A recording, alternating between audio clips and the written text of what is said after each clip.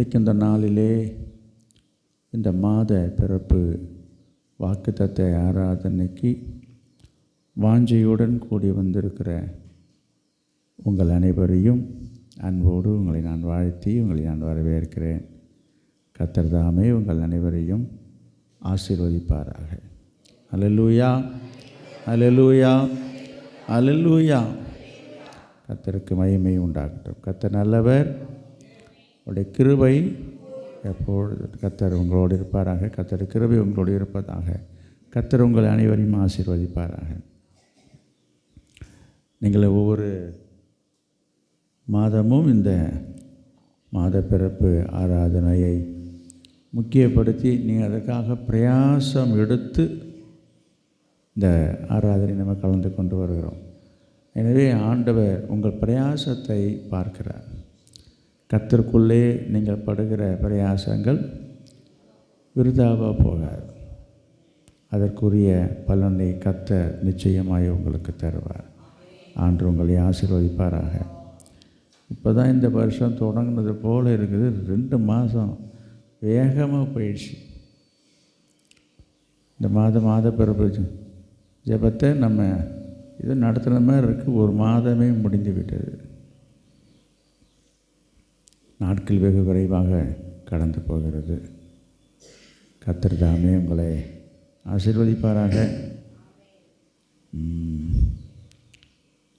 தொடர்ந்து இந்த ஊழியங்களுக்காக இந்த புதிய வருஷத்தில் நிறைய ஊழியங்களை செய்ய வேண்டும் என்று ஆண்டவர் நமக்கு வெளிப்படுத்தியிருக்கிறார். நடத்துவதாக அவர் வாக்கு கொடுத்திருக்கிறார். நான் சொல்ல வருகிறது ஊழியம் நடந்துகிட்ருக்கு, அதை நான் சொல்லலை. இச்சபையின் மூலமாக இதர ஊழியங்களையும் ஆண்டவர் இந்த ஆண்டிலே செய்வதாக வாக்கு பண்ணியிருக்கிறார். Hospital ministry, village ministry, cottage prayer meeting, prayer cell, இதெல்லாம் இன்னும் அதிகமாக இந்த ஆண்டிலே நடக்க வேண்டும். நடத்த ஆண்டவர் வாசலை திறந்து வைத்திருக்கிறார். அதற்கு நீங்கள் ஜெபிக்கணும், அதற்கு உங்களை அர்ப்பணிக்கணும், அதற்கு உங்களை ஒப்பு கொடுங்க. கர்த்தர் உங்களை கொண்டு உங்கள் மூலமாக பெரிய காரியங்களை செய்வாராக. Price the Lord. இப்போது நம்ம இந்த மாதத்துக்கான வாக்குத்தத்த வசனத்தை வாசிப்போம். நாளை ஆராதனை உங்களுக்கு தெரியும். இந்த மாதத்தினுடைய முதல் வாரமாக இருக்கிறது. மற்றபடி இந்த காணிக்கை காரியங்களை நான் அடிக்கடி ஞாபகப்படுத்துறது எனக்கு சங்கடமாக தெரிகிறது. நினைவுபடுத்துகிறேன்.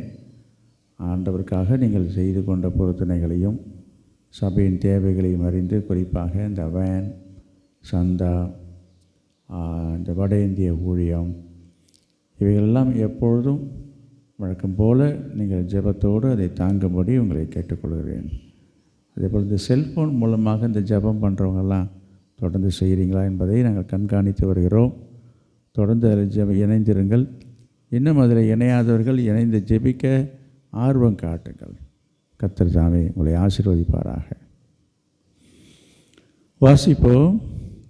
நீதிமொழிகள் புஸ்தகம் 12ஆம் அதிகாரம்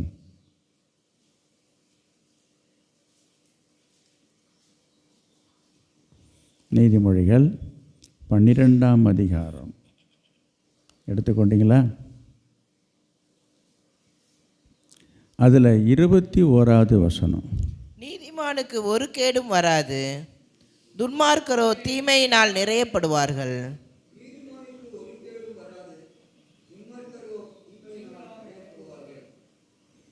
ஸ்தோத்திரம். இந்த மாதத்துக்கான வாக்குத்தத்தத்தை இப்போ நான் வாசிக்கிறேன். ஒரு கேடும் வராது. உங்களுக்கு ஒரு கேடும் வராது. ஆண்டவர் இந்த 3வது மாதத்திலே இந்த காலை நேரத்திலே உங்களை பார்த்து சொல்கிறாரு, உங்களுக்கு ஒரு கேடும் வராது. அல்லேலூயா. கர்த்தருடைய வார்த்தைகள், வாக்குத்தத்தங்கள் என்பது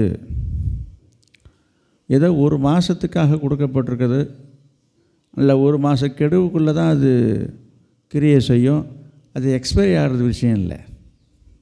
நீங்கள் நினைக்கலாம் போன மாதம் வாக்குத்தத்தம் எத்தனை பேருக்கு ஞாபகம் இருக்குது பார்ப்போம். எது நோட்டு டைரி எதுவும் பார்க்காம யார் சொல்லுங்க பார்ப்போம். Very good, very good, very good. பரவாயில்ல, ஸ்தோத்திரம். கர்த்தர் ஆசீர்வதிப்பார். ஆமாம், நான் உன்னோடு கூட இருந்து நான் செய்கிற காரியம். சரி, இது போன மாதம், இந்த 2வது மாதத்து வாக்குத்தத்தம். சில நேரங்களிலே எல்லாரையும் நான் சொல்லலை, எண்ணங்கள் வரும். மாதம் முடிஞ்சு போச்சு, என்ன பெரிய காரியம் நடந்தது. சிலர் மனசில் இந்த எண்ணம் வரும். சிலருக்கு ஆண்டவர் செய்திருப்பார், பயங்கரமான காரியத்தை செய்திருப்பார், அது அவங்களுக்கே தெரியாமல் இருக்கும். இன்னும் சிலர் ஆண்டவர் சொன்னார், என்னமோ செய்ய போகிறேன்னு, 4 ஓடிப்பிச்சு, அடுத்த மாதம் வந்து போச்சு. இப்போ அடுத்த மாதம் புதிய வாக்குத்தத்தம். நான் உங்களுக்கு சொல்கிறேன், போன மாதம் சொன்ன அந்த வாக்குத்தத்தம் இருக்குங்களே, அது முடிஞ்சிச்சுன்னு நினைக்கிறீங்களா? காலாவதி ஆயிடுச்சிங்களா? அப்படி கிடையாது. அப்படி நீங்கள் நினைக்கக்கூடாது.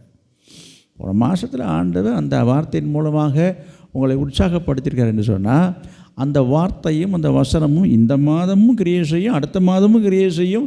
நீ எப்பொழுதெல்லாம் ஆண்டவர் சார்ந்திருக்கிறீ, எப்பொழுதும் ஆண்டவர் செய்யக்கூடியவராக இருக்கிறார் என்பதை மனதில் கொள்ளுங்கள். இது ஒன்றும் இந்த நம்ம டேப்லெட்டு மாத்திரை பொருட்கள்லாம் போல் எக்ஸ்பிரி ஆகிற மாதிரி, ஐயோ இதோடு முடிஞ்சு போட்டிருக்கு, இனிமேல் நடக்காத போட்டிருக்கு, அப்படி கிடையாது. புரியுதுங்களா? கர்த்தருடைய வார்த்தைகளும் வாக்கு தத்தங்களும் என்றைக்கும் எப்பொழுதும் நிலைத்திருக்கக்கூடியது. வானம் பூமி ஒழிந்து போனாலும் வார்த்தை ஒருபோதும் அழிந்து போகாது. எனவே இந்த மாதத்துக்கான வார்த்தையை இந்த காலை நேரத்திலே ஆண்டவர் உங்களுக்கு கொடுக்குற நல்ல வார்த்தை என்னென்னா, ஒரு கேடும் வராது. உங்களுடைய வாழ்க்கையின் காரியங்களில், குடும்ப விஷயங்களில், வேலை காரியங்களிலே, தொழிலையோ வேறு எந்த ஒரு காரியத்திலேயோ எந்த ஒரு கேடும் வராது என்று கர்த்தர் சொல்லுகிறார். எத்தனை பேருக்கு மகிழ்ச்சியாக இருக்குது? ஆமாம். இந்த வசனத்தை முழுமையாக படிக்கும்போது உங்களுக்கு தெரிஞ்சிருக்கும், அதற்கு பதில் கிடச்சிருக்கும். உங்களுக்கு ஒரு கேடும் வராதுன்னு சொல்கிறாரு. யாருக்கு ஒரு கேடும் வராது? அங்கே இருக்கு பாருங்கள், நீதிமானுக்கு ஒரு கேடும் வராது. சரி, அப்போ யாருக்கு கேடு வரும் தெரியுமா உங்களுக்கு?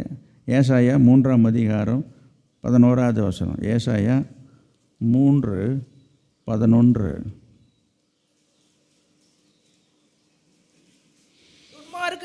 துன்மார்க்கனுக்கு ஐயோ, அவனுக்கு கேடு உண்டாகும். போதும், அவனுக்கு கேடு உண்டாகும். பார்த்தீங்களா? ஆண்டவர் இன்றைக்கு உங்களை பார்த்து சொல்கிறாரு, உங்களுக்கு ஒரு கேடும் வராதுன்று. யாருக்கு கேடு வரும்? துன்மார்க்கனுக்கு கேடு வரும். நம்ம அதையும் தெரிஞ்சு வச்சுக்கணும் இல்லையா? அதனால் நம்ம துன்மார்க்கமாக இருந்தால், துன்மார்க்கர் லிஸ்ட்டில் இருந்தால் கேடு வரும். நம்ம நீதிமானாக இருந்தால் கேடு வராது. இன்னும் யாருக்கெல்லாம் கேடு வரும் என்பதையும் நான் உங்களுக்கு எச்சரிக்கை கூட்ட இருக்கிறேன். இப்படிப்பட்ட காரியங்கள் இருந்தால் அதை நம்ம சரி செய்து கொள்ளணும். பார்க்கலாம்.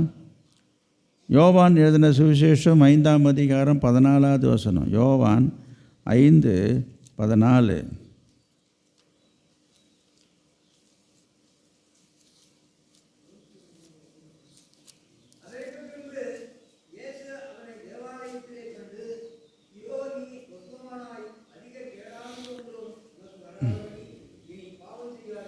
அதிக கேடானது உனக்கு வராதபடிக்கு இனி பாவம் செய்யாத. அப்போ பாவம் செய்தால் கேடு வரும். பாவம் செய்கிறவங்களுக்கு கேடு வரும். இயேசு சொல்கிறார், இங்கே பார்ப்பா, அதிகமாக கேடு வர்ற மாதிரி இனிமேல் பாவம் செய்யாத. பாவம் செஞ்சால் அதிகமான கேடு வரும். கேடு இல்லை, அதிகமாக கேடு வரும். நீதிமொழிகள் 18:7.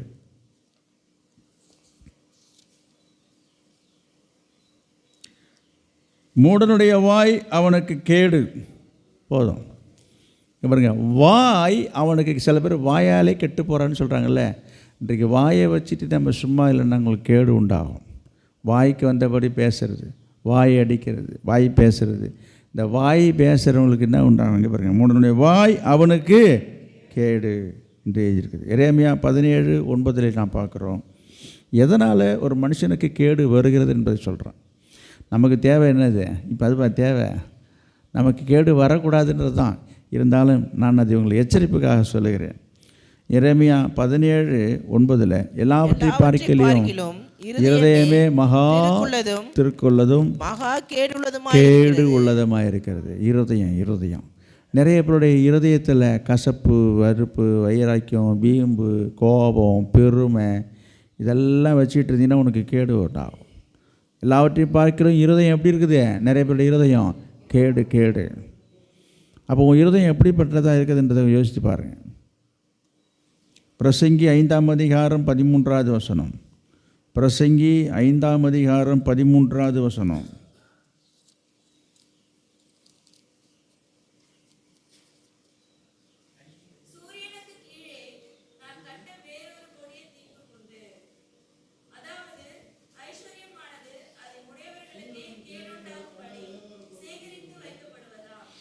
ஐஸ்வர்யம், பணம், ஐஸ்வர்யமானது அதை உடையவர்களுக்கே கேடு உண்டாகும்படி சேகரித்து வைக்கப்படுது. பணத்தால் கேடு வருங்க. வேதத்தில் பவுல் எழுதுகிறாரு, பண ஆசை எல்லாத்தையுமே. அப்போ பணம் தேவை இல்லையா? பணம்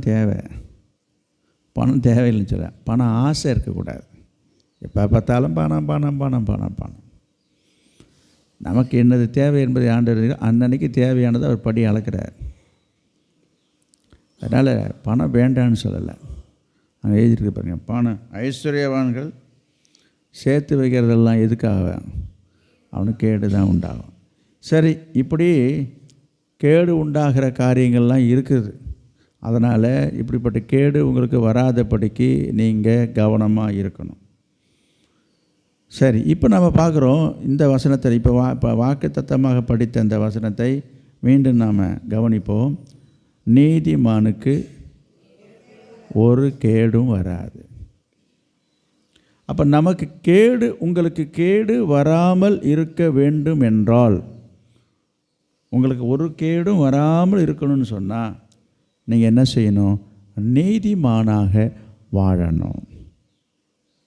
நமக்கு எந்த ஒரு கேடும் வராமல் இருக்கணும்னு சொன்னால் என்ன செய்யணும்? நீதிமானாய் வாழணும். நீதிமானாக மாறுவது முக்கியமல்ல. ரோமர் 8:30 நான் பார்க்குறோம். உங்களுக்கு தெரியும் இந்த வசனம், சீக்கிரமாக சொல்லுங்கள் பார்ப்போம். அவர் எவர்களை முன்குறித்தாரோ அவர்களை அழைத்திருக்கிறார், எவர்களை அழைத்தாரோ அவர்களை நீதிமானும் சொல்ல மாட்டீங்களே.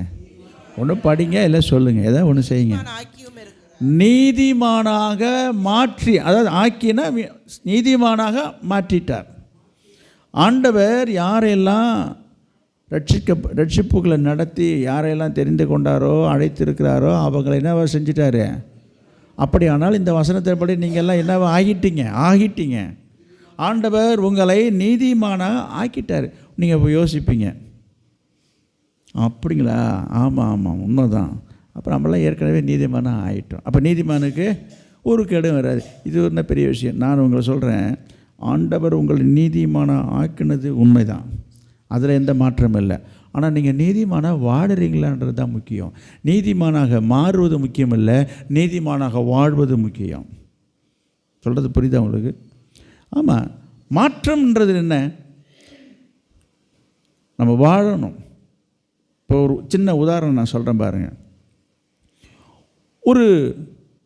ஒரு பையனை நல்லா படிக்க வச்சு டாக்டருக்கு படிக்க வச்சிடுறாங்க. எம்பிபிஎஸ் படிச்சிட்டாரு. என்ன ஆகிட்டார்? எம்பிபிஎஸ் படித்து பாஸ் பண்ணியாச்சு, படிக்க வச்சாச்சு. பையனை என்ன ஆக்கிட்டோம்? டாக்டர் ஆகிட்டோம். இப்போ அவருக்கு என்ன பேர்? டாக்டரு. நான் சொல்கிறேன், எல்லாமே கரெக்டாக ஆகிட்டுருக்குங்க. இப்படி டாக்டருக்கு படித்து பட்டம் வாங்கி டாக்டர் பட்டம் போட்டு டாக்டர்னு பேரை போட்டுட்டு நீ வைத்தியம் பார்க்கலன்னா என்ன டாக்டர்? நான் உங்களை கேட்குறேன். இப்போ சொல்லுங்கள். டாக்டராக மாறுவது, டாக்டராக ஆகுவது ஒரு பெரிய விஷயம் இல்லை, டாக்டராக பணி செய்வது தானே முக்கியம். யோசித்து பாருங்கள். அவர் எனக்கு ஊசி போட தெரியாது, எனக்கு ட்ரீட்மெண்ட் எடுக்க தெரியாது. நாங்கள் படிச்சிருக்கீங்களே? படிச்சிருக்கிறேன், அவ்வளோதானே தவிர எனக்கு வைத்தியம்லாம் பார்க்க தெரியாதுன்னு சொன்னால் அதை பற்றி நீங்கள் என்ன நினைப்பீங்க? நான் ஒரு கற்பனையாக தான் பேசுகிறேன். அதே போல் தான் நீங்கள் உங்கள் ஆண்டவர் உங்களை நீதிமானாக ஆக்கியிருக்காருன்றது உண்மை தான். பட் நீதிமானாக நீங்கள் வாழ்கிறீங்களா? இது உங்களுக்கு தான் தெரியும். பார்க்கலாம். நம்ம நீதிமானாக வாழறோமா என்பதை ஒரு சில வசனத்தின் மூலமாக உங்களோடு நான் சொல்ல வருகிறேன். அப்படி ஒரு நீதிமானாக நீங்கள் வாழும் பட்சத்தில் என்னது, உங்களுக்கு ஒரு கேடும் வராமல் இருக்கும். பாருங்கள், 1 கொரிந்தியர் 4ஆம் அதிகாரம் 4வது வசனத்தில் பவுல் அப்படி சொல்கிறார்.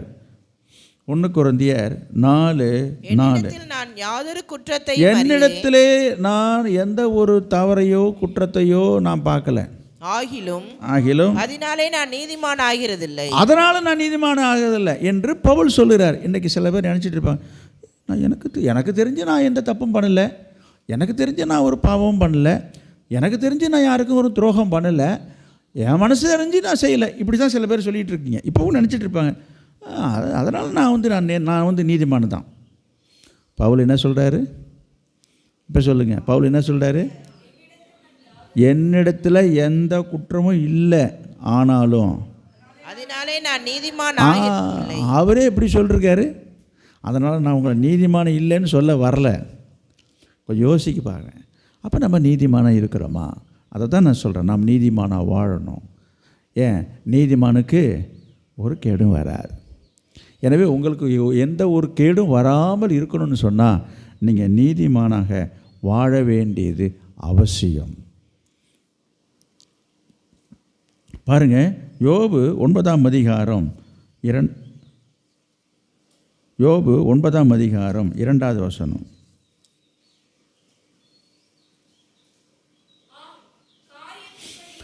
ஆம், காரியம் இப்படி இருக்கிறது. இப்போ நான் சொல்லிட்டு வந்தேன், அதை தான் சொல்லிகிட்டு இருக்கிறேன்.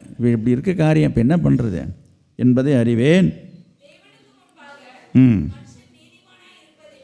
சரி, எப்படி அது ஆண்டவருக்கு முன்பாக நீதிமானாக இருப்பது எப்படி? காரியம் எப்படி இருக்குது? பவுல் என்ன சொல்கிறாரு? என்னட்ட ஒரு தவறு இல்லைப்பா, என்னட்ட எந்த தப்பு கிடையாது, பாவம் கிடையாதுப்பா, நான் யாருக்கும் ஒன்றும் பண்ணலப்பா, ஆனாலும் நான் நீதிமான் ஆகிறதுலன்னு அவர் சொல்லிட்டார். காரியம் எப்படி இருக்குதா? அப்புறம் நாங்கள் நீதிமான் ஆகிறது எப்படி? யோபு கேட்குறாரு. அதை தான் நானும் உங்களை பார்த்து கேட்குறேன். இப்போ இப்படி ஒரு கேள்வி எழும்புது, நீதிமான் ஆகிறது எப்படி என்று சொன்னால் பார்க்கலாம். முதலாவது குறிப்பு, எசேக்கியேல் 18ஆம் அதிகாரம் 7வது வசனம்.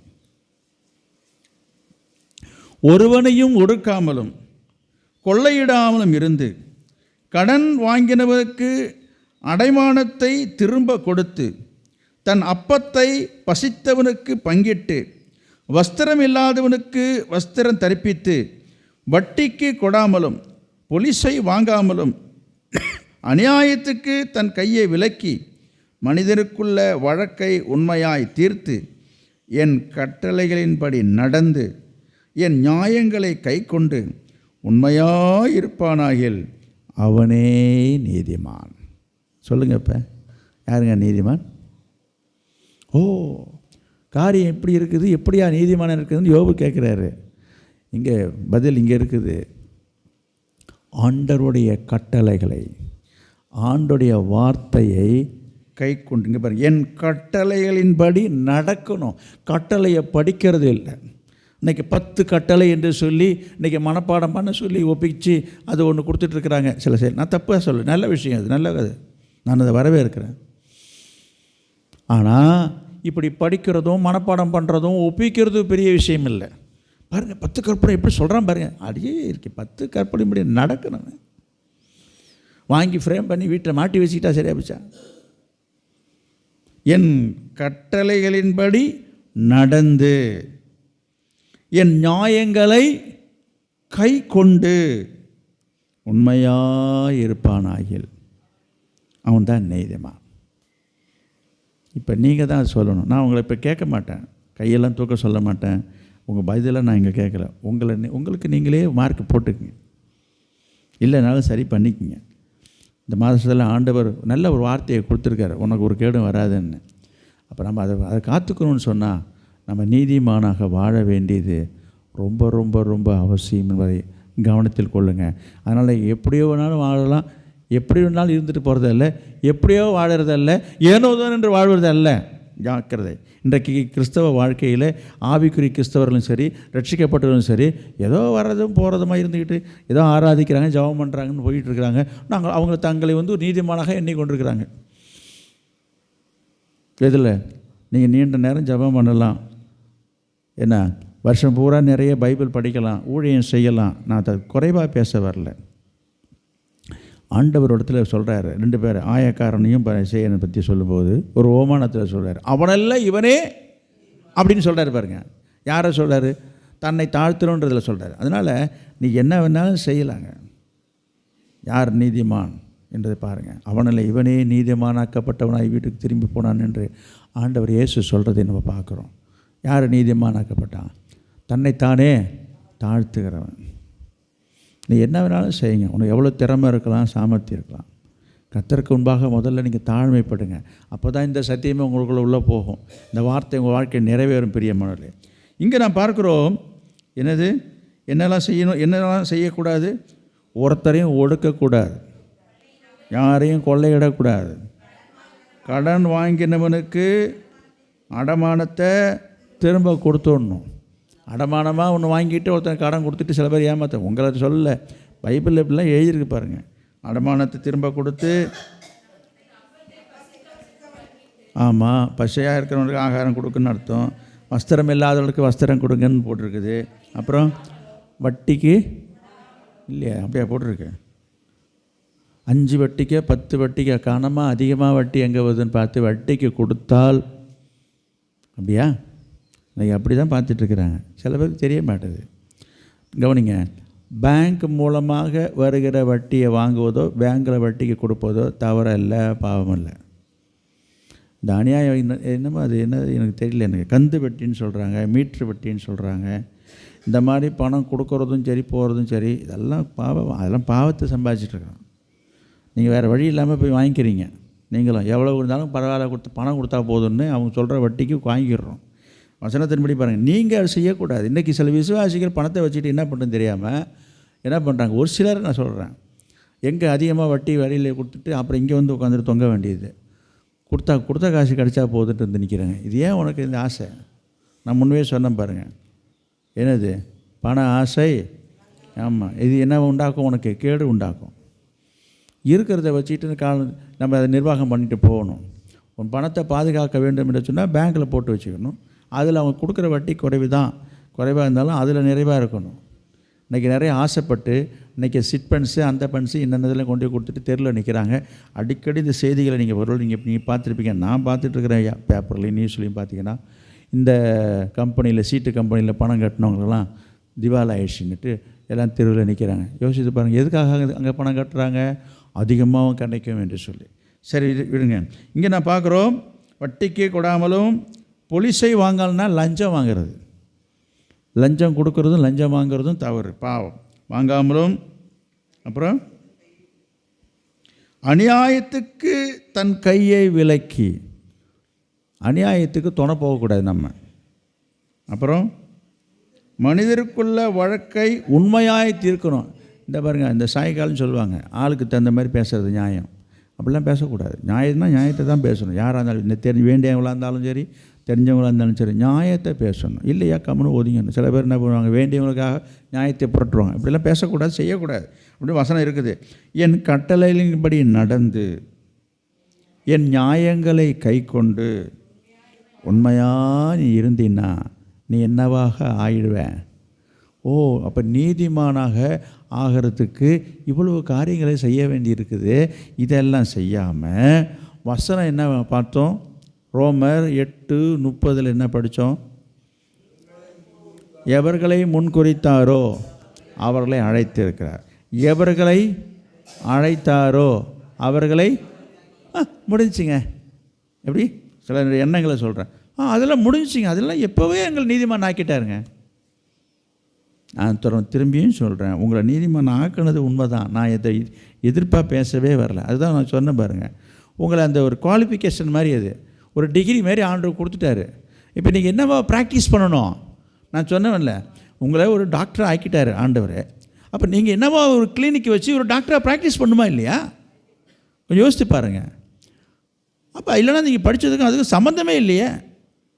அதை தான் நான் சொல்கிறேன், உங்களை நீதிமானம் ஆக்கிட்டாரு.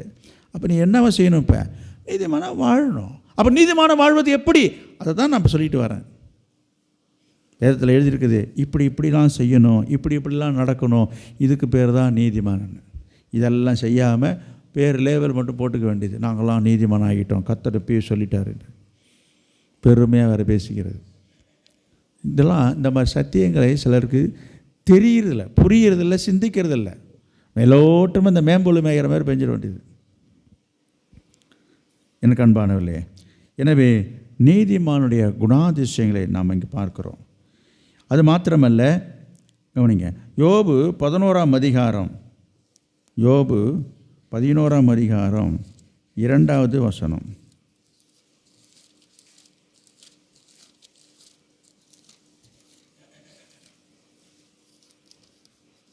ஏராளமான வார்த்தைகளுக்கு உத்தரவு சொல்ல வேண்டாமோ? வாய்ச்சாலகன் நீதிமானாய் விளங்குவானோ? வாய்ச்சாவடாளுங்க இந்த சொல்கிறது, வாய்ச்சாங்கோலின் வாய்ச்சாவடாள். அவங்கள்ட்ட பேசியே மீற முடியாதுங்க, மெல்ல ஏறுறாங்க. பார்த்துறீங்களா? இதில் என்ன சொல்ல வரேன்னா, வாய்ச்சாலகன் நீதிமானாய் விளங்குவானோ. இன்னைக்கு சில பேர் தன்னை நீதிமானாய் காட்டிக்கொள்வதற்காக, புரியுதுங்களா, தன்னை நீதிமானாக காட்டுறதுக்காக என்ன செய்கிறது, அடுத்தவங்கள பேசவே விட மாட்டாங்க. சில ஆட்கள்லாம் பாருங்கள், நம்மளை பேசவே விட மாட்டாங்க, நம்ம பேசுறதை கேட்கவே மாட்டாங்க. அவங்க மலமலமலமலன்னு பேசிடுவாங்க. அவங்களோட எண்ணம் என்னவா இருக்குன்னு நான் சொல்கிறேன்னா, தன்னை மற்றவர்கள் என்னது குறையை சுட்டி காட்டி பேசிடக்கூடாது, பேசக்கூடாதபடிக்கு அவங்க வாயை அடைக்கிறது. நீங்கள் பார்த்துருப்பீங்க நிறைய பேர் அப்படி. நம்ம வாயை அடைக்கிறதுல தான் கரியாக இருப்பாங்களே தவிர நம்மளை பேசவே விட மாட்டாங்க. அதாவது என்னன்னா, தன்னை நீதிமானாக காட்டிக்கொள்வதற்காக.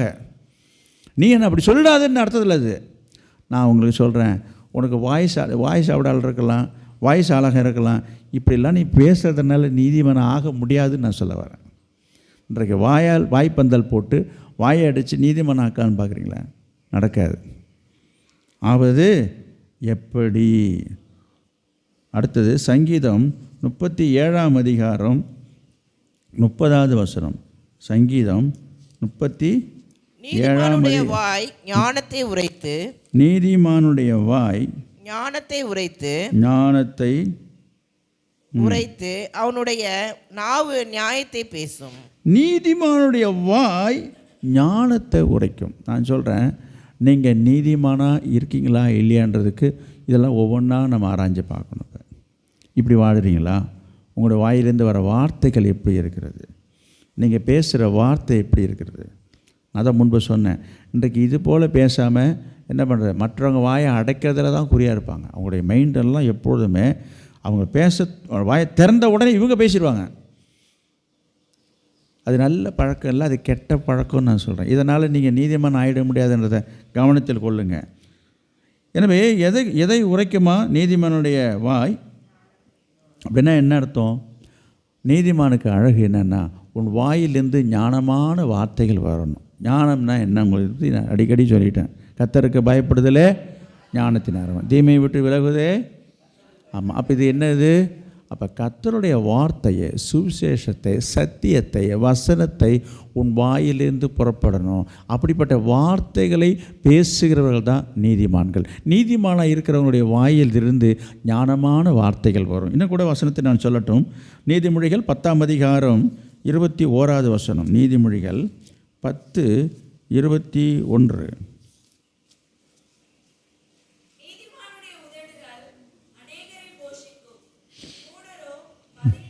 நீதிமானுடைய உதடு அநேகரை போஷிக்கும். பார்த்தீங்களா? உங்களுடைய வாயினுடைய வார்த்தைகள் அநேகரை போஷிக்கக்கூடியதாக இருக்கும். நீதிமானுடைய உதடு. 31. நீதிமானுடைய வாய் ஞானத்தை வெளிப்படுத்தும். 32. நீதிமானுடைய உதடுகள் பிரியமானவைகளை பேச அறியும். துன்மார்க்குடைய வாயோ மாறுபாடு உள்ளது. அப்போ உங்கள் வாயின் வார்த்தையில் இருந்து நீங்கள் எப்படி பேசுகிறீங்க, யார்கிட்ட எப்படி பேசுகிறீங்கிற உங்களுடைய வாயின் வார்த்தையை வச்சே எடை போட்டுருவார் ஆண்டவர். நான் மார்க்கு போட மாட்டேன். நீங்கள் நீதிமானா இல்லை துன்மார்க்கனா? ஆபத்து. ஜாக்கிரதை, கவனம். இன்றைக்கு என்ன வேணாலும் பேச வேண்டியது, எதை வேணாலும் பேச வேண்டியது, எப்படி வேணாலும் பேசிட வேண்டியது. நாங்களாம் ஒரு நீதிமான ஒரு பாட்டு ஒன்று பாடிக்க வேண்டியது. நீதிமான் நான், நீதிமான் நான், ரத்தத்தாலே கழுவ. இந்த பாட்டை பாடிட்டால் நீதிமான் ஆகிட முடியுமா?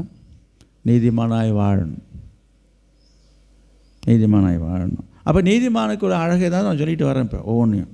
அப்போ நம்முடைய வாழ்க்கையை ஆராய்ஞ்சு பார்க்கணும். ஆண்டவர் ஒரு வாக்குத்தத்தம் கொடுத்துட்டாரு, நல்ல வார்த்தை இந்த காலை நேரத்தில் கொடுத்துருக்காரு, புரியுதுங்களா? அது நிறைவேறணும்னு சொன்னால் உங்களோட வாயிலிருந்து வர வார்த்தைகள் இப்படி இருக்கணும்னு நான் சொல்ல வர்றேன். இன்றைக்கு அநேகருடைய வாயிலிருந்து வர வார்த்தைகள் அநேகரை என்ன படிச்சிங்க, அநேகரை போஷிக்கக்கூடியதாக இருக்கணும். இன்றைக்கி நிறைய பேருடைய வாயிலிருந்து வர வார்த்தை அநேகருடைய மனதை காயப்படுத்தக்கூடியதாக இருக்குது, மனசை புண்படுத்தக்கூடியதாக இருக்குது, மனசை நோகடிக்கிற மாதிரி பேசுகிறாங்க. குத்தல் பேச்சு, ஜாட பேச்சு, இதெல்லாம் ஒரு விசுவாசிக்கு அழகா, ஒரு நீதிமானுக்கு அழகா? அதை பற்றி சிந்திக்கிறது கிடையாது. ஏன்னா இவங்களுக்கு தான் பேச்சில் திறமை, போட்டி வச்சா இவங்களுக்கு தான் ப்ரைஸ் கொடுக்கணும். பேச்சு திறமையை வச்சு இன்றைக்கி சாதிச்சு இன்றைக்கு தன்னை நீதிமான காட்டிக்கலான்னு விரும்புகிறாங்க. அதான் முன்னாடியே சொல்லிட்டேன், இந்த வாய்ஸ் ஆளகள்லாம் நீதிமான் ஆக முடியாது. வாயிலிருந்து வர வார்த்தைகள் எத்தனை பேரை போஷிக்குது, எத்தனை பேரை வருத்தப்படுத்தியிருக்குது, கஷ்டப்படுத்தியிருக்குது. கொஞ்சம் யோசித்து பாருங்கள். உங்களுடைய பேச்சினால, வார்த்தையினால எத்தனை பேரை அழ வச்சிங்க, எத்தனை பேரை மனசை புண்படுத்துனீங்க, எத்தனை பேரை மனசை காயப்படுத்திருக்கீங்க, கஷ்டப்படுத்திருக்கீங்க. நீங்கள் சொன்ன சொல்லினால எத்தனை பேர் வருந்திட்டு இருக்கிறாங்க, யோசித்து பாருங்கள். இன்னொரு வசனத்தை நான் சொல்லுங்கள். நீதிமொழிகள் 15ஆம் அதிகாரம் 28வது வசனம். 15ஆம் அதிகாரம் 20. நீதிமானுடைய மனம் பிரதியுத்தரம் சொல்ல யோசிக்கும், பிரதியுத்தரம் சொல்ல யோசிக்கும். துன்மார்க்குடைய வாயோ தீமைகளை கொப்பளிக்கும். என்னத்தை கொப்பளிக்குமா? துன்மார்க்கனுடைய வாய் கொப்பளிக்குமா? நீதிமான் என்ன செய்வார்? நீதிமானுடைய மனசு பிரதியுத்தரம் சொல்ல யோசிக்கும். அப்படின்னா என்னன்னு தெரியுமா உங்களுக்கு? பதில் சொல்கிறதுக்கு யோசிக்கும். நல்லா கவனிங்க. நீதிமானுடைய மனம் பிரதியுத்தரம் சொல்கிறதுக்கு யோசிக்கணும்னா என்ன அர்த்தம்? தப்பாக பேசிடக்கூடாது, தவறாக வார்த்தையை விட்டுடக்கூடாது, ஆத்திரத்தில் கோபத்தில் எதையாவது தவறாக வார்த்தையை விட்டுட்டா என்ன பண்ணுறதுன்னு பதில் சொல்கிறதுக்கு தயங்குமா, யோசிக்குமா நீதிமானுடைய மனசு. இன்றைக்கு சில பேர் மாய்க்கு வந்தபடி மாங்காய் பொழிச்சதா தேங்காய் பொழிச்சதான்ற கதையில் இஷ்டத்துக்கு சர மாதிரி பேசுகிறாங்க. யார்கிட்ட எப்படி பேசணுன்றதுக்கே தெரிய மாட்டுது. இன்னும் குறிப்பாக சொல்லப்போனால் இன்னும் சிலர் ஊழியக்காரங்கள்ட்ட எப்படி பேசணுன்றது தெரியல, ஒரு மரியாதையை பேச தெரியல, ஒரு அடக்கமாக பேச தெரியல, அடங்கி ஒரு பொறுமையாக பேச தெரியல. அப்படியே ஒரு கேள்வி கேட்டாலும் அதுக்கு பதில் கொடுக்குறதில்ல. இப்போ வசனத்தின்படி ஒரு நீதிமானுக்கு ஒரு அழகாக நல்லா யோசித்து நிதானித்து ஒரு பதில் சொல்கிறது கிடையாது. சடப்படன்னு பேசிட வேண்டியது. நீதிமானுடைய மனசு பிரதியத்தில் சொல்கிறதுக்கு நான் சில நேரங்களில் கவனிங்க, என்னை பொறுத்தளவுக்கு சொல்கிறேன், நீங்கள் மட்டும் இல்லை, யாராக இருந்தாலும் சரி, ஒரு வார்த்தைக்கு பதில் வார்த்தை சொல்கிறதுக்கு எனக்கு தெரியும். தெரியாமலாம் இருக்க மாட்டேன், தெரியும். நான் யோசிப்பேன் சொல்கிறதுக்கு. இந்த வசனத்துக்கு நான் சொல்கிறேன், அதை நான் யோசிப்பேன், இதை சொல்லலாமா? ஏன் யோசிப்பேன்னா, இதை சொன்னால் என்ன ஆகும், இதை சொன்னால் என்ன நடக்கும், இதை சொன்னால் அவங்க என்ன நினைப்பாங்க, இதை சொன்னால் அவங்களுக்கு திருப்தியாக இருக்குமா, இது நல்லதுன்னு எடுத்துப்பாங்களா, அல்லது கஷ்டப்படுவாங்க, இப்படியெல்லாம் யோசித்து பார்த்துட்டு வேண்டாம், இது சொன்னால் அவங்களுக்கு கஷ்டமாக இருக்கும், இதை சொன்னால் அவங்களுக்கு வலிக்கும், சொல்ல மாட்டேன். நான் எத்தனை முறை நான் பிரசங்கத்தில் நீங்கள் பார்த்துருப்பீங்க, தனியாக பேசும்போது நீங்கள் கவனிச்சிருப்பேன், நான் இதை சொன்னால் சொல்லட்டுமா, நீ சொன்னால் கோச்சி கூட அப்படி சொல்லிவிட்டு சில வார்த்தை சில நேரத்தை சொல்லும் பார்த்தீங்களா. இதெல்லாம் யாரும் யோசிக்கவே மாட்டுறாங்க. பிரதியுத்தரம் சொல்ல யோசிக்கிறதே கிடையாது. அப்படியே படித்து நான்லாம் எனக்கு மனசில் பட்டதை படிச்சுன்னு பேசிடுவேன். அப்புறம் ஆண்டவர் உன்னை படிச்சுன்னு தான் ஒன்று போடுவார். இதில் ஒரு பெருமை வேறு, நான்லாம் மனசில் எதையும் ஒழிச்சு வச்சுக்கிறதே கிடையாது, மனசில் இருக்கிறதெல்லாம் கொட்டிடுறேன். ஐயா நீ கொட்டுறியா, வார்த்தையை மத்தியமாக கொட்டுற, தேலு மாரி கொட்டுற, நீ வார்த்தையை கொட்டுறன்னு சொல்லிவிட்டு அநேகர் என்ன பண்ண, தேல் கொட்டினா என்ன பண்ணும், நமக்கு குடைச்சலோ குடையுது பாருங்கள். உன் வார்த்தை இருக்குத எத்தனை பேரை குடைச்சலில் விட்டுருக்குது. நீதிமானுக்கு அழகில்லை, மாற்றிக்கொள்ளுங்க.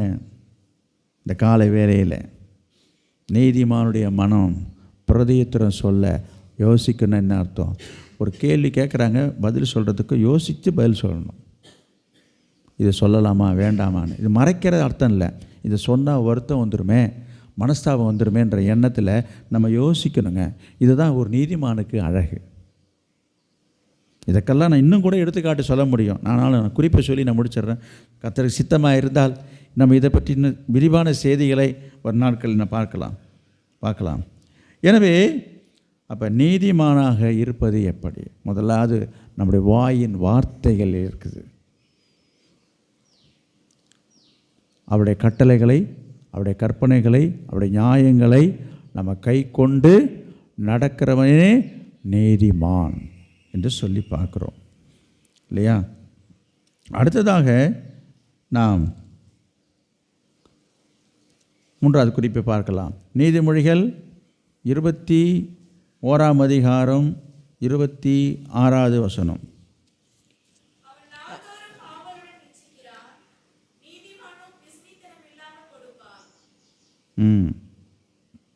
எப்படி? நாள்தோறும் ஆவலுடன் இச்சிக்கிறான். வேண்டாம், நமக்கு வேண்டியது நீதிமானோ பிசினித்தனம் இல்லாமல் கொடுப்பான். அப்போ நீதிமானுடைய குணாதிசயங்கள், நீதிமானுக்கு என்ன ஒரு அழகுன்னு சொன்னால் பிசினித்தனம் இல்லாமல் கொடுப்பார். கொடுக்கக்கூடியவர், கர்த்தருக்காக, கர்த்தருடைய ஊழியத்திற்காக, புரியுங்களா, கர்த்தர் சொல்கிற காரியங்களுக்கெல்லாம் கொடுக்கக்கூடிய ஒரு மனப்பான்கு இருக்க வேண்டும். கொடுக்கிறவன் தாராளமாக கொடுக்கணும். பிசினித்தனம் நான் பார்த்து தொட்டு எண்ணிட்டு கர்த்தருக்கு நான் எடுத்து தாராள மனசோடு கொடுக்கக்கூடியவன் தான் நீதிமான். நான் ஒரு வேடிக்கையாக ஒரு சம்பவம் ஒன்று கேள்விப்பட்டேன், நான் சொல்கிறேன். ஒரு நல்ல தேவ பக்தி உள்ள ஒரு மனுஷன், நல்ல தேவ பக்தி உள்ள மனுஷன். பக்தின்னா பக்தி, எப்போ பார்த்தாலும் காலையில் ஜெபம், மாலையில் ஜெபம், இரவு ஜெபம், தெரியுதுங்களா? ஆலயத்துக்கு போவார், ஊழியம் செய்வார், ஆத்மாதாயம் பண்ணுவார். அவர் பக்தியான ஒரு மனுஷன். அவர் ரொம்ப பெரிய பணக்காரர், அவருக்கு நிறைய வசதி இருந்துச்சு, நிறைய பணம் இருக்குது, நல்ல வசதிக்காரர், பணக்காரர். பக்கத்து வீட்டுக்காரன் ஒரு நாள் அவர்கிட்ட கடன் கேட்டார், உதவி. அவருடைய மேலே கீழே பார்த்துட்டு கடன் இல்லைன்னு, இது கடனாக உதவி செய்யலை. அவர் கேட்ட உதவி செய்யலை, போயிட்டார்.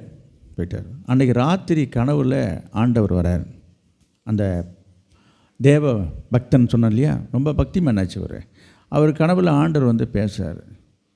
என்ன பேசினார்னா, ஏன்பா நான் உனக்கு எவ்வளவோ உதவி செய்திருக்கிறேன், நீ ஏன்பா இந்த மாதிரி அண்டை வீட்டுக்காரன் உன்னிட்ட ஒரு உதவி கேட்டான், நீ இதுமாரி செய்யாமல் போயிட்டிய ஏன் அப்படின்னு ஆண்டவர் கேட்குறாராம். அதுக்கு அந்த பணக்கார விசுவாசி சொன்னது, ஆண்டவரே நீங்கள் எனக்கு நிறையா உதவி செய்திருக்கீங்க. ஐயோ அதெல்லாம் நான் இல்லைன்னு சொல்ல முடியாது, நான் மறக்க முடியாதுங்க. நீங்கள் எனக்கு செய்திருக்கேன், அவன் எனக்கு என்னங்க செஞ்சுருக்கிறான், அவனுக்கு நான் எங்கே செய்யணும்? அவன் கேட்ட கேள்வி. அதனால் நீங்கள் எனக்கு செய்திருக்கீங்க, அதெல்லாம் நான் மறக்கலை, நான் ஒத்துக்கிறேன். அவன் எனக்கு ஒரு துரும்ப கூட கிள்ளி போட கிடையாது, அவனுக்கு நான் ஏன் செய்யணும்? அவன் எனக்கு எதுவுமே செய்ய கிடையாது, அதனால் நானும் செய்யலை. இது அவன் பதில். அடுத்ததாக ஆண்டவர் கேட்டார், சரிப்பா அவன் எதுவும் செய்யலைன்ட்ட, சரி நான் உனக்கு நிறைய செஞ்சேன்னு சொல்லி நீ ஒத்துக்கிட்ட தானே, எனக்கு ஏதாச்சும் அது பதிலுக்கு எனக்கு ஏதாவது உதவி செய்வியான்னு கேட்டேன். ஐயோ சொல்லுங்கள், உங்களுக்கு நான் செய்யறதுக்கு தயாராக இருக்கிறேன். என்னது? நான் உங்களுக்கு செய்ய தயாராக இருக்கிறேன், என்ன செய்யணும்னு சொல்லுங்கள்.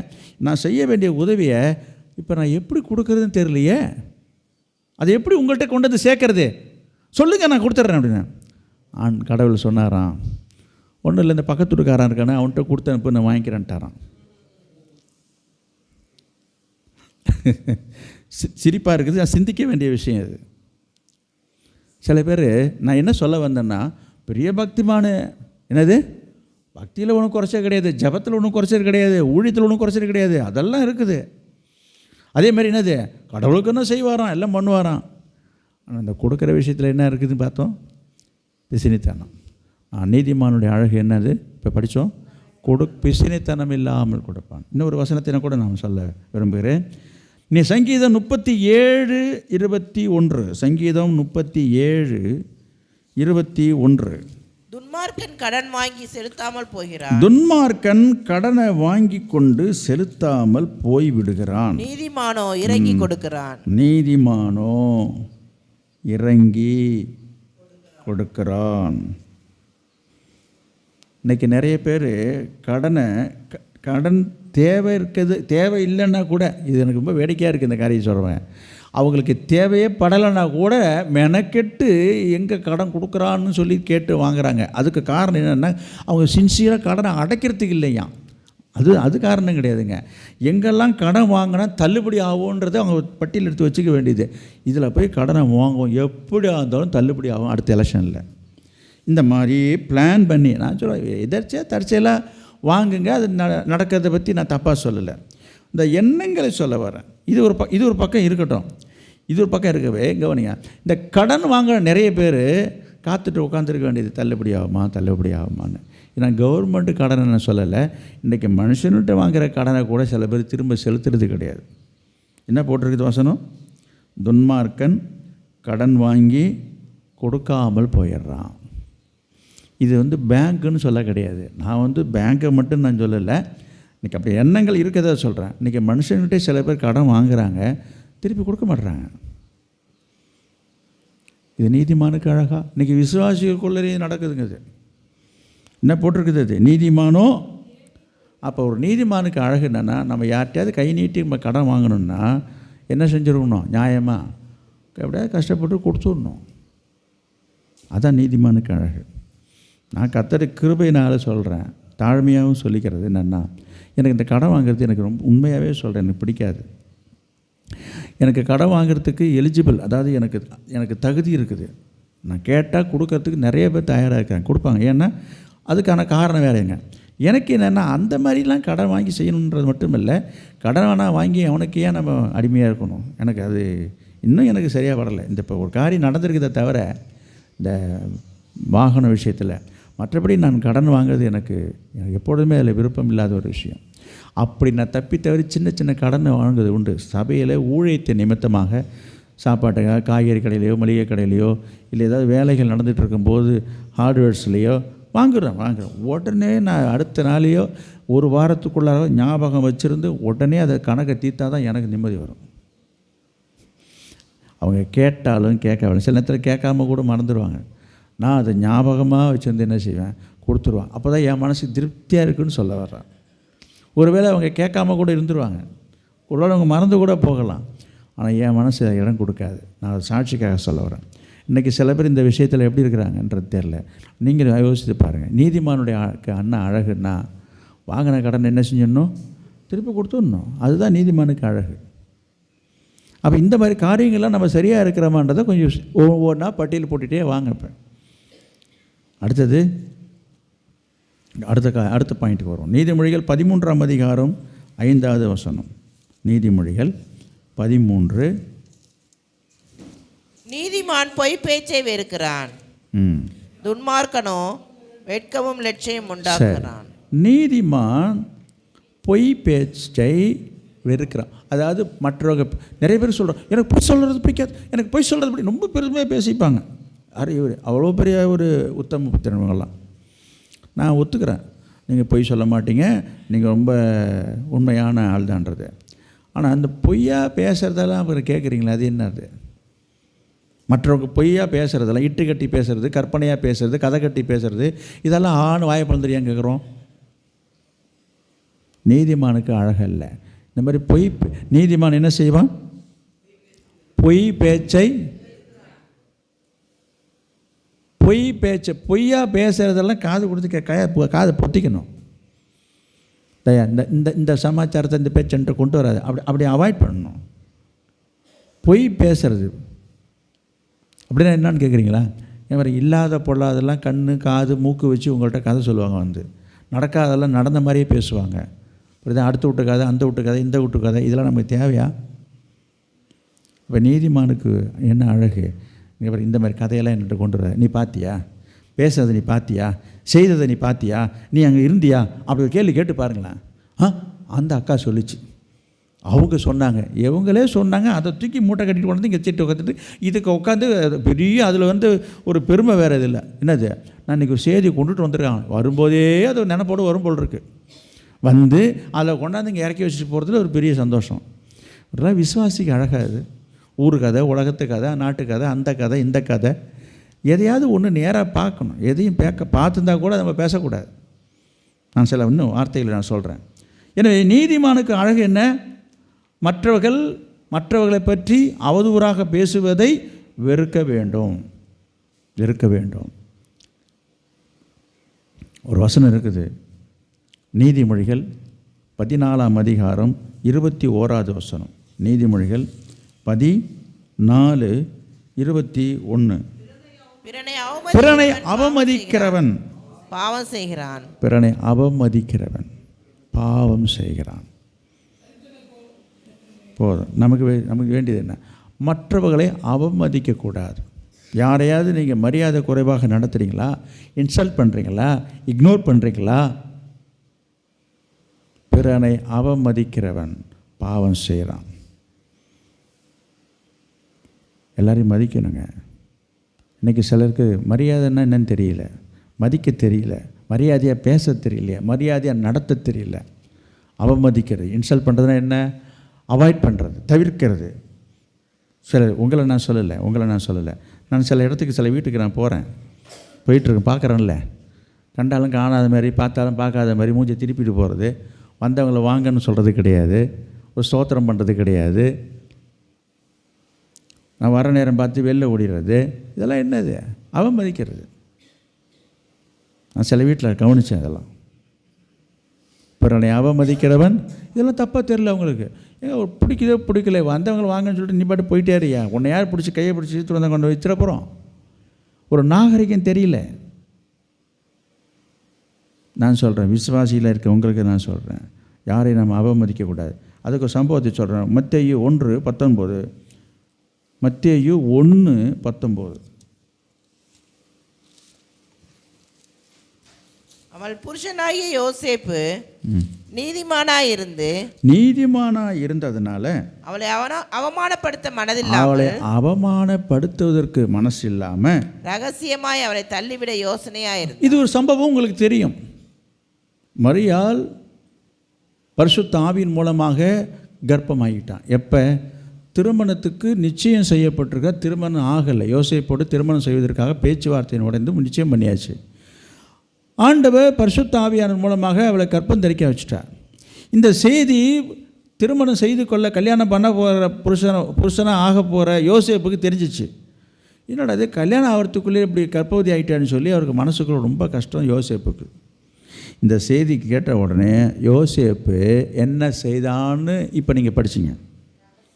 அவள் புருஷனாகிய யோசேப்பு நீதிமானாக இருந்ததுனால இதை மாரி 4 பேர் மத்தியில் போய் எல்லாத்தையும் போய் சொல்லி என்ன சந்தி சிரிக்க வச்சு இவளை அசிங்கப்படுத்திடக்கூடாது, இவளை அவமானப்படுத்தக்கூடாது, இவளை கேவலப்படுத்தக்கூடாது என்று எண்ணி அவளை அவமானப்படுத்த மனசு இல்லாமல் ரகசியமாய் அவளை தள்ளிவிட. அப்போ ஒரு நீதிமானுக்கு அழகு என்னன்னா, ஒரு சம்பவத்தை பார்த்தாலும் சரி, நடந்திருந்தாலும் சரி, நீ பார்த்துருந்தாலும் சரி, கேட்டிருந்தாலும் சரி, இதை போய் நீ அம்பலப்படுத்துகிறேன்னு சொன்னால் நீ நீதிமான் கிடையாது.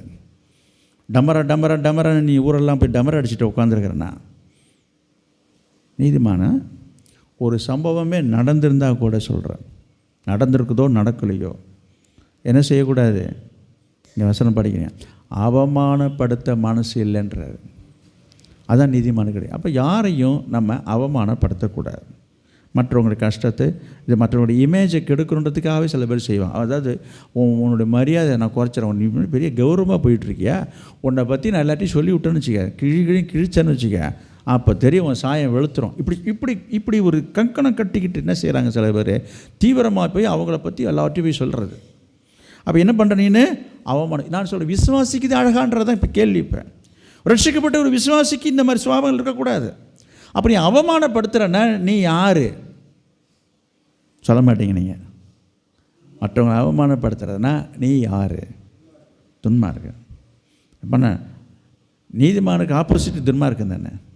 அப்போ நீதிமானுக்கு அழகு என்னது? அப்படிலாம் செய்யக்கூடாது. புரியுதுங்களா? அப்போ நீதிமான் என்ன செய்வான்? பொய் பேச்சை வெறுக்கிறான், மற்றவர்களை அவமதிக்காமல் இருக்கிறதா. கடைசியாக ஒரு குறிப்பு சொல்லி நான் முடிக்க விரும்புகிறேன். நீதிமொழிகள் 12ஆம் அதிகாரம் 12வது வசனம். துன்மார்க்கன் துஷ்டனுடைய வலையை விரும்புகிறான், நீதிமானுடைய வேர் கனி கொடுக்கும். நீதிமானுடைய வேர் கனி கொடுக்கும். அப்படியே இப்படி போய் வந்து இப்போ கனிக்கு வந்துருச்சு பாருங்கள். நம்ம தொடர்ந்து கனி கொடுக்கறத பற்றி பேசிகிட்டு இருக்கிறோம் இல்லையா? அப்போ நீதிமானுடைய வேர் கனி கொடுக்கும். அது என்னது? மரம்தான் கனி கொடுக்கும்.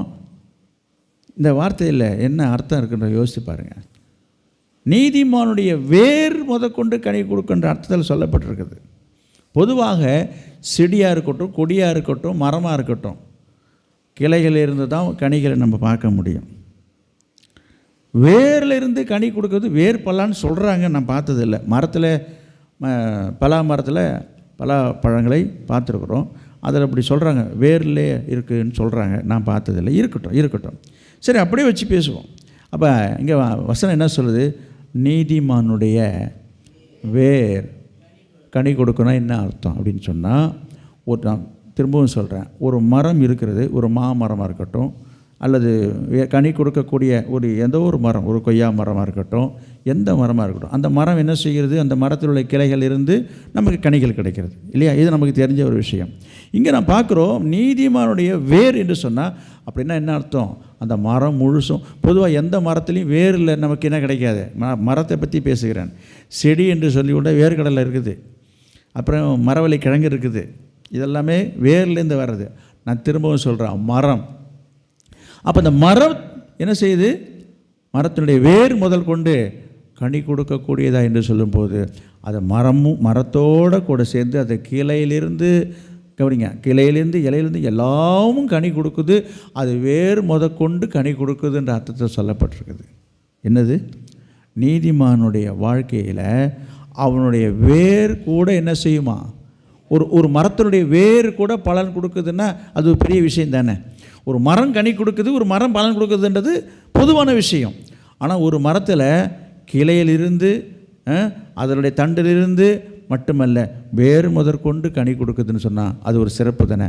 அப்போ அப்படித்தான் ஒரு விசுவாசி, ஒரு நீதிமான் இருப்பான் என்று சொல்லப்பட்டிருக்குது.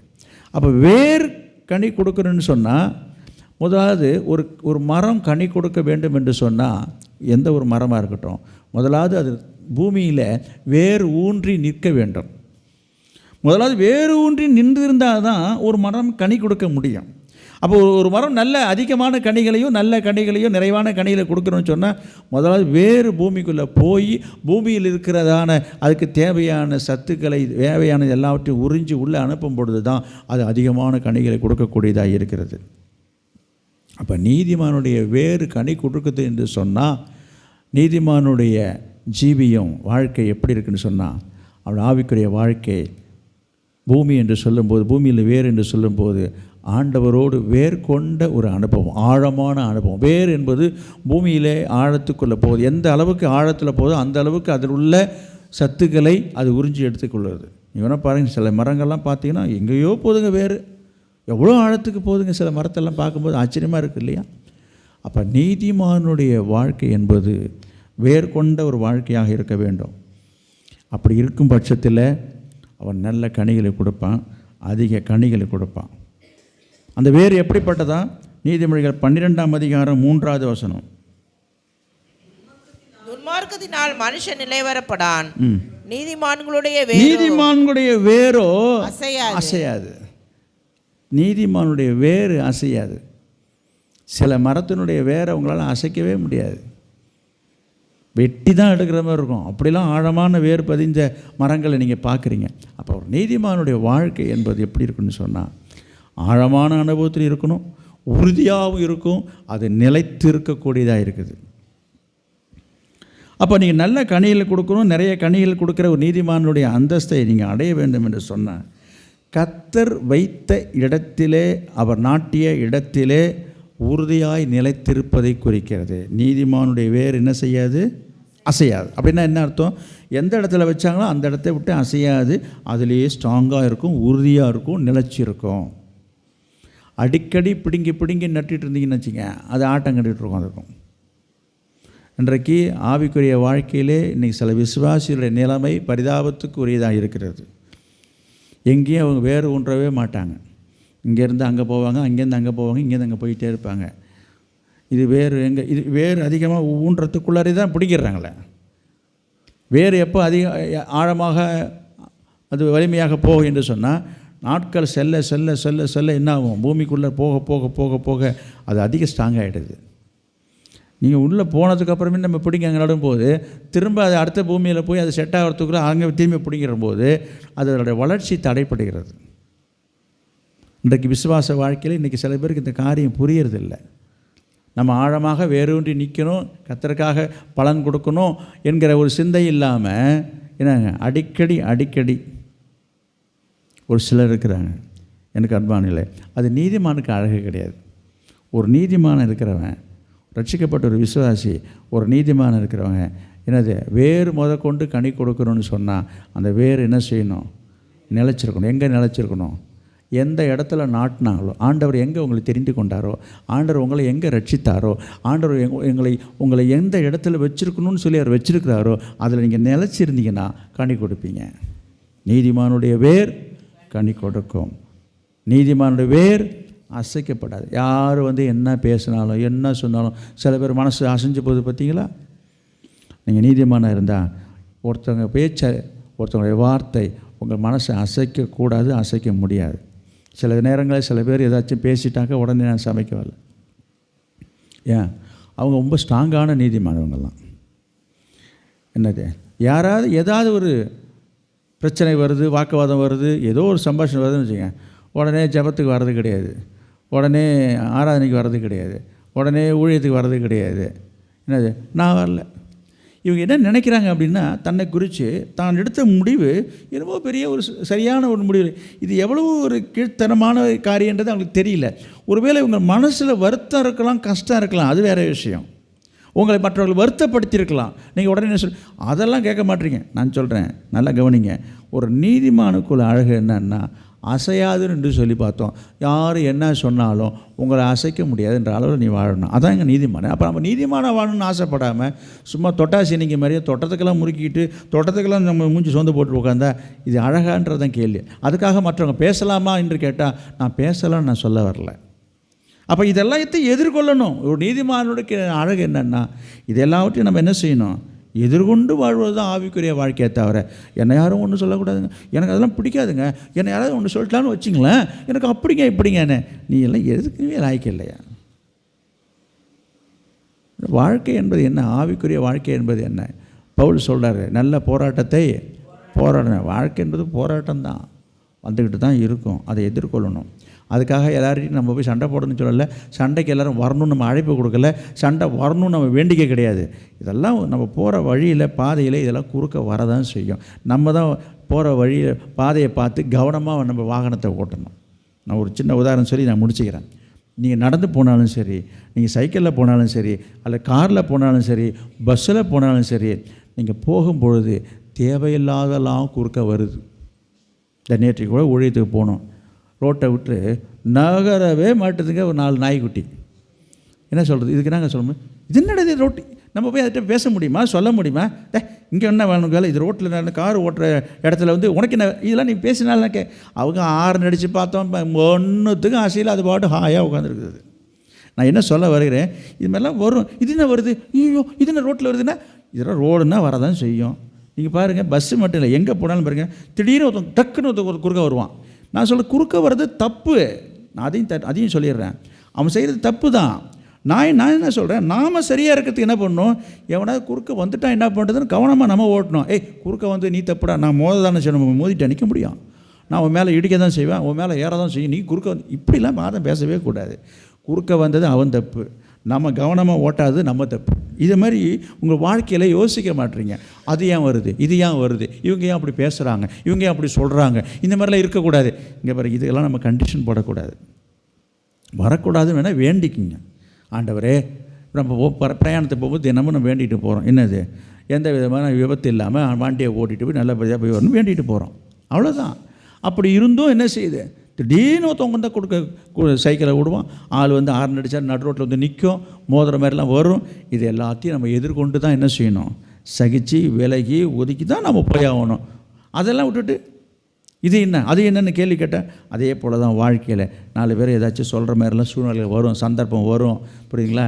இடித்து பேசுவாங்க, பழித்து பேசுவாங்க, வம்பு பண்ணி பேசுவாங்க, இதெல்லாம் வரும். இதெல்லாவற்றையும் நம்ம என்ன செய்யணும்? எதிர்கொண்டு வாழணும் தான் நீதிமான். எனக்கு இதெல்லாம் பிடிக்காது, எனக்கு யாருமே இதெல்லாம் சொன்னாக்கா எனக்கு பிடிக்காதுனாக்கா என்னது, நான் முதல்ல அதுக்கு இருக்கிறதுக்கே லாய்க்கல. அது இந்த கிறிஸ்தவ வாழ்க்கை என்ன அப்படிலாம் பேசுகிறீங்க? ஆண்டவர் அப்படி தான் சொல்லி அழைச்சிருக்காரு. உலகத்தில் உங்களுக்கு உபத்திரம் உண்டு, ஆனாலும் நீங்கள் என்ன செய்யணும்? திடன் கொள்ளுதான் இருக்கேன். நான் உபத்திரத்தை விட்டு நான் இன்றைக்கி உனக்கு கொண்டாந்து வச்சுக்கிறேன்னு சொல்லவே கிடையாது. அதில் விட்டு தான் உங்களை பார்க்குறாரு அவர். போயிட்டு வா, நான் கூட இருக்கேன், நான் இங்கே தான் இருக்கிறேன், நான் இங்கே தான் இருக்கிறேன், நான் இங்கேயே உட்காந்துருக்கிறேன், நீ போய் வா பார்த்துக்கிறேன் அப்படின்னாரு. கர்த்தர் நம்மை கைவிட மாட்டார். எல்லாவற்றிலும் ஆண்டு நமக்கு துணையாக இருப்பார், உதவியாக இருப்பார். இதை மறந்துட்டு ஐயோ என்னை விட்டுட்டார், ஐயோ எனக்கு இந்த மாதிரிலாம் வந்துருச்சு அப்படி சொல்கிறது ஒரு சரியான விசுவாசிக்கு அழகல்ல, சரியான ஒரு மெச்சூரிட்டி கிடையாது. எனக்கு அன்பானவர்களே, இந்த நாளில் ஆண்டவர் நம்ம எதற்கென்று அழைத்திருக்கிறாரு? எதற்காக அழைத்திருக்கிறார்? எவர்களை முன் குறித்தாரோ அவர்களை அழைத்திருக்கிறார். எதற்காக அழைத்திருக்காரு? யார்களை அழைத்திருக்காரோ அவர்களை நீதிமான ஆக்கியிருக்காருயா. ஆண்டவர் உங்களை நீதிமான ஆக்கியிருக்காரு. நீங்கள் நீதிமான வாழறீங்களா? அப்படி நீதிமான வாழ்ந்தால் நீதிமானுக்கு ஒரு கேடும் வராது, உனக்கு எந்த கேடும் வராது. நீ நீதிமான வாழு. மற்றவங்க துன்மார்க்கமாக இருக்கட்டும், மற்றவங்க உன்னிட்ட அநீதி பண்ணட்டும், மற்றவங்க உன்னிட்ட அநியாயம் பண்ணட்டும், அக்கிரமம் பண்ணட்டும், அதெல்லாம் நீ கவலைப்படாத. அதற்கு மத்தியில் நீ உன்னை நீதிமானாக காட்டிக்கொண்டு வாடுறதுக்கு தீர்மானித்து கொள்ளு. நீ அடுத்தவங்களை பார்க்காத, அடுத்தவங்களை குறை சொல்லாத, அடுத்தவங்களை பற்றி இப்படி இருக்காங்க அப்படின்னு சொல்லி ஒன்றை நீ கெடுத்துக்கொள்ளாது. இதுதான் ஆண்டவர் எப்பொழுதும் சொல்லிக் கொடுக்குற சத்தியம். இந்த சத்தியத்தை நீங்கள் கரெக்டாக பிடிச்சிட்டிங்கன்னா உங்களை யாரும் அசைக்க முடியாது. இன்றைக்கி நிறைய பேரை ஆட்டம் கண்டு போகுது விசுவாசம். ஒன்று சொல்லிட்டா போதும், பேசிட்டா போதும், நடந்துட்டா போதும், மூடி வச்சுட்டு போயிட வேண்டியது. எல்லாம் விசுவாசிக்க அழகல்ல. கர்த்தர் கிருபை தருவாராக. நாம் ஜெபம் பண்ணுவோம். Price the Lord. ஸ்தோத்திரம் ஆண்டவரே. ஜெபிப்போம். ஒரு கேடும் வராது என்று கர்த்தர் சொல்லியிருக்கிறான். நீதிமானுக்கு ஒரு கேடும் வராது. நாம் நீதிமானாக இருக்கிறோமா? நாம் நீதிமானாய் வாழுறோமா? ஒரு வாயின் வார்த்தைகள் எப்படி இருக்கிறது? நீதிமானுடைய வாய் பிரதியுத்தரம் சொல்கிறதுக்கே யோசிக்கும். துன்மார்க்கணும் வார்த்தையை கொப்பளிக்கிறான். எனவே லூஸ் டாக்கை தவிர்த்துருங்க. லொடன்னு பேசாதீங்க, அதிகமாக பேசாதீங்க. நீதிமானாய் வாழ தீர்மானம் செய்யுங்க. வாய்க்கு காவல் வைங்க, வாயை கட்டுங்க, வார்த்தையை சுருக்குங்க. அதிக வார்த்தையை பேசாதீங்க, அதிக வார்த்தையை சொல்லி அலப்பாதீங்க. இயேசு சொன்னார், அதிக வார்த்தையை சொல்லி ஒருத்தன் ஜெபம் பண்ணுறான், கர்த்தர் சொல்கிறாரு அவனல்ல இவன்தான் நீதிமான் என்று சொல்லி கர்த்தர் அவனை பாராட்டுறதை பார்க்குறோம். ஆண்டவர் உங்களை இந்த நாளிலே உங்களை நீதிமானாய் பார்க்க விரும்புகிறார். உங்களுக்கு ஒரு கேடும் வராமல் இருக்க வேண்டும் சொன்னார். உங்களுக்கு ஒரு கேடும் வராமல் இருக்க வேண்டும் என்று சொன்னார். எந்த ஒரு கேடும் வராமல் இருக்க வேண்டும் சொன்னார். நீதிமானாய் வாழ அவருடைய கற்பனைகளை கை கொள்ளுங்க, நியாயங்களை கை கொள்ளுங்க, அவருடைய கட்டளையை கை கொள்ளுவோம். இப்போ படித்தது போல் ஆண்டவருடைய கட்டளை கை கொள்ளணும். அப்போ தான் நம்ம நீதிமானாக மாற முடியும், வாழ முடியும். Praise the lord. அல்லேலூயா. நீதிமான் பிசினித்தனம் இல்லாமல் கொடுப்பார்கள். கர்த்தருக்காக கொடுக்கறதில்ல. நம்ம தாராள மனசாக இருந்து நம்ம நீதிமானாக நம்ம காண்பிக்க நம்ம ஒப்பு கொடுப்போமா? வேறனை அவமதிக்கிறவர்கள், மற்றவர்களை அவமானப்படுத்துறது, அவமதிக்கிறது நீதிமானுக்கு அழகே இல்லை. நம்ம எல்லாரையும் கனப்படுத்துவோம். யாருடைய மனசையும் புண்படுத்தாமல், காயப்படுத்தாமல், கஷ்டப்படுத்தாமல் நம்ம நீதிமானாய் வாழ தீர்மானம் செய்து கொள்வோம். பிரியமானவர்களே, praise the lord, praise the lord, praise the lord. Hallelujah, hallelujah. ஸ்தோத்திரம், ஸ்தோத்திரம், ஸ்தோத்திரம், ஸ்தோத்திரம். ஹல்லேலூயா, ஸ்தோத்திரம். நீதிமானுடைய வேர் கனி கொடுக்கும். நீதிமானுடைய வேர் கனி கொடுக்குமா? ஆமென். ஹல்லேலூயா. நாம் கனி கொடுக்கிறவர்களாய் மாற கர்த்தர்ட்ட ஒப்பு கொடுத்து ஜெபம் பண்ணுங்க பார்க்கலாம். Price the Lord. ஸ்தோத்திரம் ஆண்டவரே, ஸ்தோத்திரம் ஆண்டவரே, ஸ்தோத்திரம் ஆண்டவரே. எத்தனை பேர் இந்த வாக்குத்தத்த வார்த்தை என் வாழ்க்கையிலே நிறைவேறணும். அப்படி வாழ நான் விரும்புகிறேன், அப்படி மாற நான் விரும்புகிறேன், அப்படி நடக்க நான் விரும்புகிறேன். அவங்களுடைய உதவி, ஒத்தாசை, ஆவியான ஒத்தாசை எனக்கு வேணும். அப்படின்னு நினைக்கிறவங்க, விருப்பம் உள்ளவங்க உங்கள் கையை உயர்த்தி கர்த்தர்ட்ட சொல்லுங்கள். உங்களுக்கு மனசில் விருப்பம் இருந்தால் உங்கள் கையை உயர்த்தி ஆண்டவர்கிட்ட சொல்லுங்கள், ஆண்டவரே நான் இப்போ ஒரு தீர்மானம் செய்கிறேன், அப்படி வாழ நான் விரும்புகிறேன், எனக்கு அதில் விருப்பம் இருக்கிறது, என்னை அப்படி மாற்றுங்க, என்னை நடத்துங்க, என்னை உருவாக்குங்க, எனக்கு அந்த கிருபையை தாங்க, அப்படி சொல்லி நீங்கள் ஜெபிங்க. கர்த்தர் உங்களுக்கு உதவி செய்வார். ஹல்லேலூயா, ஹல்லேலூயா. பிரைஸ் அல்லாஹ், பிரைஸ் அல்லாஹ், பிரைஸ் அல்லாஹ். ஸ்தோத்திரம் ஆண்டவரே, ஸ்தோத்திரம் ஆண்டவரே.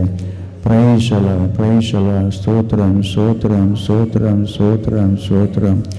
பிரைஸ் அல்லாஹ். ஸ்தோத்திரம், ஸ்தோத்திரம், ஸ்தோத்திரம். ஹல்லேலூயா, ஹல்லேலூயா, ஹல்லேலூயா. ஓ ரிபலதர ஷதரந்தரரியாதுலகரவ. அன்பின் பிதாவே, நாங்கள் உம்மை ஸ்தோத்திரிக்கிறோம். இன்றைக்கு இந்த நாளிலே, இந்த புதிய மாதத்தில் 3வது மாதத்தில் முதல் தேதியிலே இந்த காலை வேளையில் நீ கொடுத்த நல்ல இந்த வாக்கு தத்தங்களுக்கு ஸ்தோத்திரம். ஆம் தகப்பனே, நீதிமானுக்கு ஒரு கேடும் வராது என்று சொன்னீரப்பா. உடைய பிள்ளைகளுடைய வாழ்க்கையிலும் எந்த ஒரு கேடும், அவர் குடும்பத்திலையும் பிள்ளைகளுடைய வாழ்க்கையிலும் யாருக்கும் எந்த கேடும் வராமல் நீர் உடைய பிள்ளைகளை பாதுகாத்தவரும். நீதிமானுன்னு சொல்லியிருக்கிறீர். நீதிமானாய் வாழ பிரியப்பட்டு கொண்டிருக்கிற உடைய பிள்ளைகளை கண்ணோக்கி பாருங்கள். கரநீட்டி தொடுங்க, கரங்களை உயர்த்தி உடைய உதவி ஒத்தாசையை நாடிக்கொண்டிருக்கிற உடைய பிள்ளைகளை ஆசீர்வதிங்கப்பா, கிருபை தாங்கப்பா, அந்த அனுபவத்துக்குள்ளே வாழ உதவி செய்யுங்கப்பா. நமக்கு ஸ்தோத்திரம். கேட்ட அந்த சத்தியத்தின்படி நடக்கவும் வாழவும் கர்த்தர் நீவளுக்கு பலன் தருவீராக, கிருபை தருவீராக.